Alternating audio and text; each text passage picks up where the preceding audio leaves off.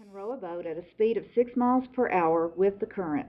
The number of miles m he rows with the current in h hours can be represented by the function m equals 6 times h. Which of the following represents the dependent quantity in this function?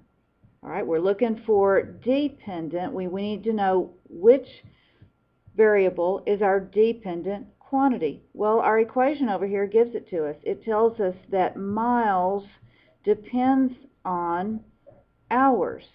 So miles is going to be your dependent quantity. Let's read the answer choices. A, the weight of Michael's boat. Well, that doesn't tell us anything. B, the speed of the current. That doesn't tell us anything either. C, the amount of time Michael rows. Well, we know that hours is going to be the independent variable. D, the number of miles Michael rows. That's our answer, D.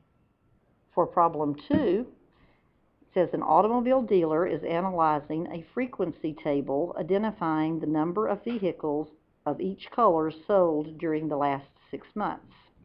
Which measure of data describes the most popular color of vehicles sold? Okay, the most popular means the one that would be sold the most. Okay, the mean gives us the average. That wouldn't tell us which one was the most. The median is the one in the middle. The mode is the one that happens the most.